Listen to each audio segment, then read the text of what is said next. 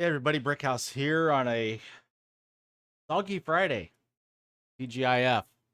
Um, little Star Wars news.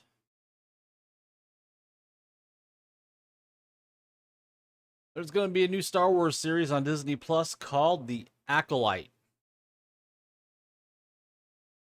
And it's going to be headed up by Leslye Headland. And in a recent interview, Headland confirmed the upcoming Star Wars series, The Acolyte, will look into what's going on for all of us right now.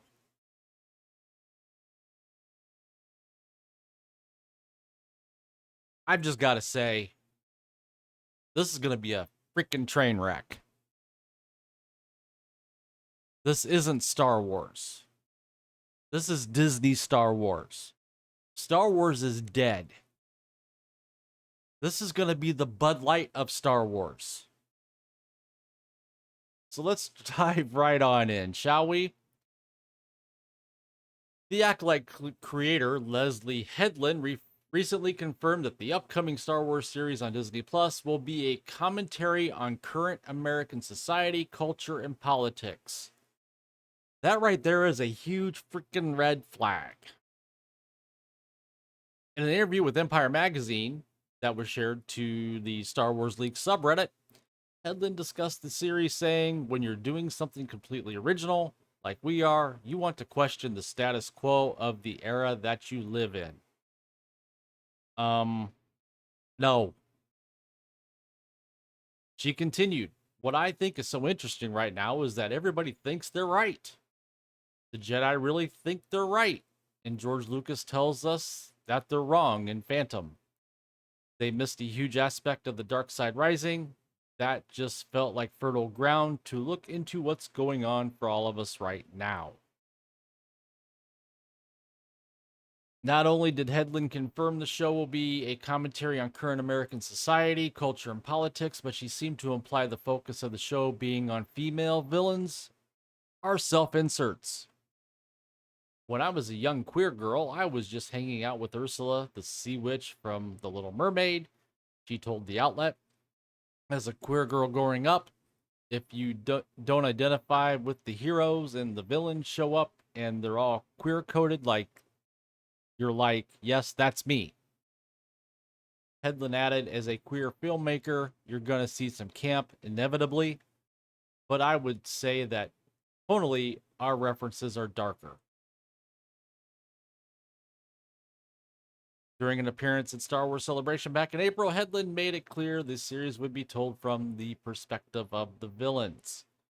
He said, "I think one of the things that would be helpful to kind of put in perspective is that we're at the end of the High Republic era and moving more into George's era of the Phantom Menace.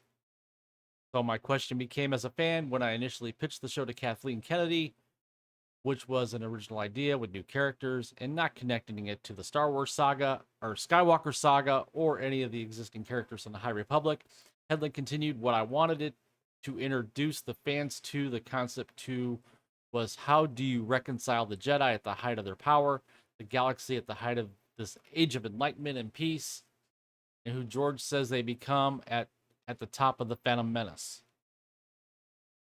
And to me, that meant, why don't you tell a story about Star Wars from the perspective of the villains, of the bad guys?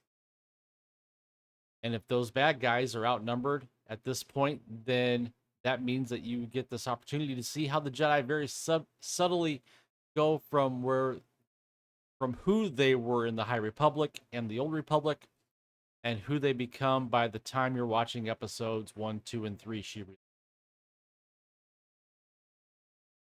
Back in June 2021, Headland confirmed the series would be female centric during an interview with the YouTuber Fantastic Frankie. She said, "Just because my show is technically, yes, female centric, meaning it centers around a female protagonist, I don't think that necessarily excludes men from that space." Headland would go on to explain, "Listen, I relate to male characters all the time. Like I root for Mando. Like I root for Luke. I like deeply, deeply, well, not sure how much I care about Han Solo anymore. When I was little, I really liked him. When I watch him now, I'm kind of like, gosh, a lot of my psyche makes sense now. Okay. All joking aside, I think that an inclusive space means an inclusive space. But at the same time, I think that just because something has a female protagonist doesn't mean it's only meant for women, she added. Oh, this is going to be a disaster. It's not going to draw. And this is right after Bob Iger said in the earnings call that they were putting out content that wasn't attracting an audience. And yet, what are they going to do? They're going to put out content that's not going to attract an audience. This is going to be a train wreck, a disaster, a non-starter. It's not going to draw subscribers to Disney Plus. So I'm going to end this right here. Tell me what you think in the comments down below. If you're a Star Wars fan, especially, what do you think?